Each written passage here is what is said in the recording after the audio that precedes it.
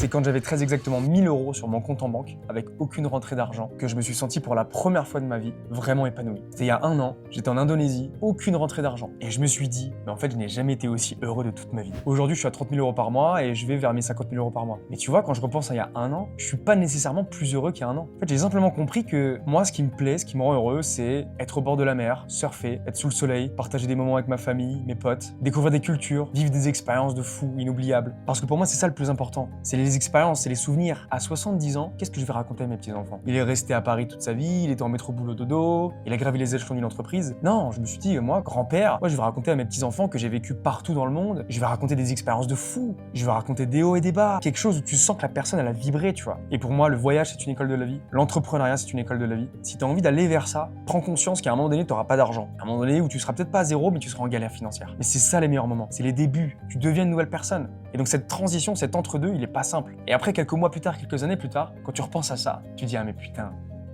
c'était les meilleurs moments en fait.